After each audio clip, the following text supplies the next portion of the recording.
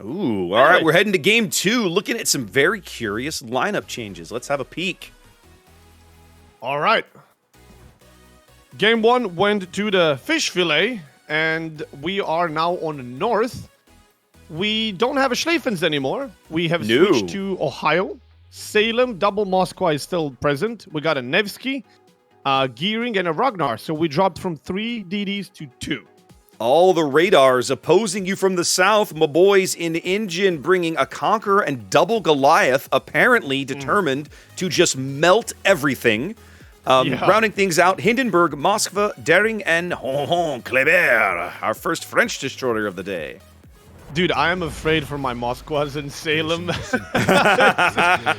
The amount of fire potential that the enemy team, that your team has, is actually insane. The Salem can absorb some of it because of his crazy heal, right? But the Moskvas, that might be a tougher challenge. So we'll have to see how these guys deploy. Right now, it's looking like the Conqueror is going to the B cap. I'm a little surprised at that.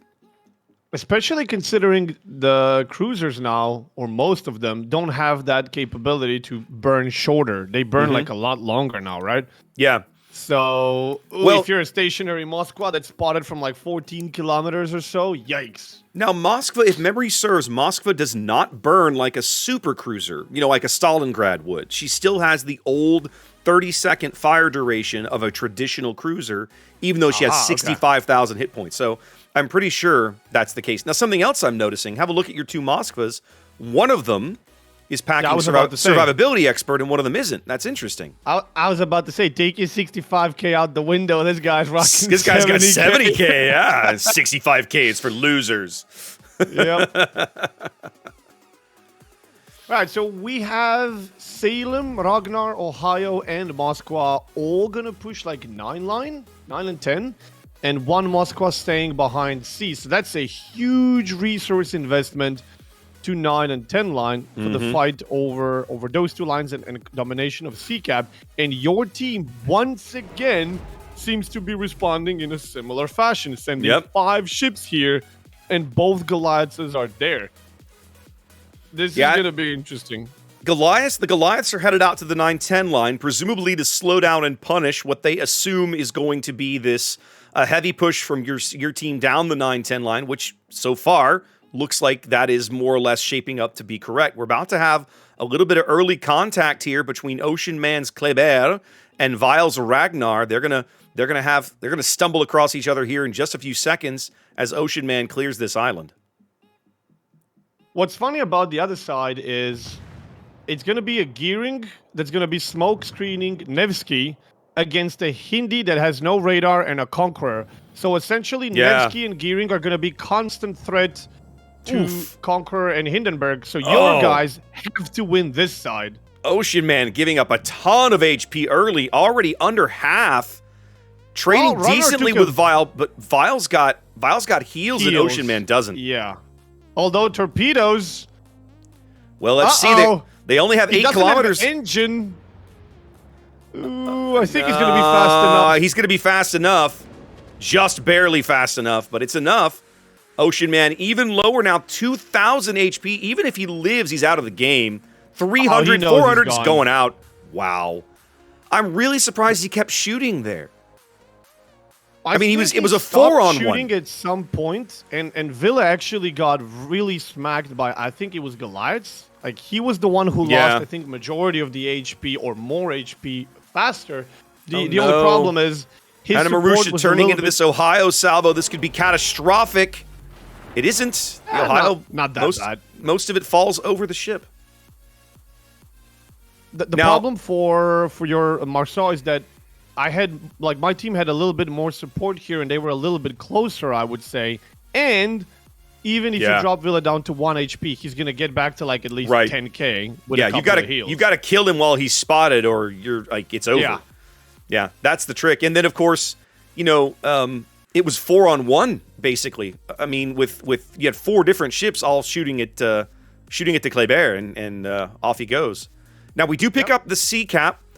But I really think I'm with you. I'm looking over at the A side of the board. I am concerned about how the Hindi Conqueror is going to hold back a Gearing Nevsky and smoke them with no way to spot the Gearing. Like, the only thing that those two can do is just slow them down and not give up the cap too fast.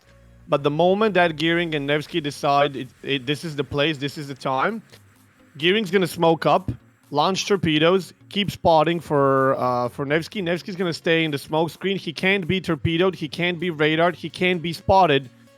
And he's got his own hydro torpedoes and radar. He can't not be put in danger unless some crazy blind fire. He's going to start farming Hindi and Conqueror big time. And these two are going to be pushed back more and more and more and more. Unless they just want to push into torpedoes and Nevsky. But that might be very painful as well. So your team has to make something happen on sea. And right now, with Marceau dead and Goliath down to 12k, yeah, it's not looking too bright. Hanarusha was on triple fire, put those out, now printing a new ship because Goliath, that's what you do. Another radar coming up from Ruin Heinen's Moskva at sea to push our daring even farther off the cap, as I'm sure he's looking for a way to edge in there in a moment. Oh, he landed all 6 of those shells. What a great salvo that was. Hanamarusha back up to about 35,000, picking up about 20,000 health with that heal, but back on fire once again, still pulling south. I don't think this Goliath thing is working on the 10 line. Doesn't feel like it to me anyway. Yeah, they're both now trying to focus Salem, but Salem can decide to go stealth at any point. And yeah, he can just quit firing. Heal. Oh, Ragnar decides to kind of take a little bit of the heat himself. Gets a little bit of slapped around for his trouble, but Hana now back under 20k on 1 fire. But they know the crazy heal is on cooldown. Hana needs to go dark and just not get shot for a while. Here comes an Ohio salvo. Yep, and that's there it. He goes. So that leaves now Jelly alone on the 10 line. And I think right about now would be the good time to stop shooting and start running away. And like, what can this daring Moskva really do? Nothing. There's 2 Moskvas and a Ragnar and a Salem. Like, you can't even get close. Well, and at this point, I mean, I'll be honest, you don't even have to push the cap. You've got a 2-ship lead. I mean, you might as well. Why let the game go any longer than you have to? But the point is, you don't have to unless you're just really in a big rush.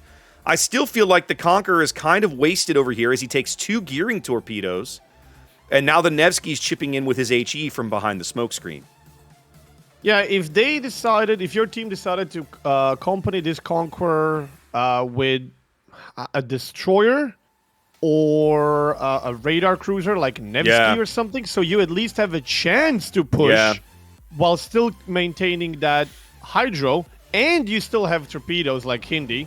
Not as many, but you're not going to get to fire too many anyway. Yeah.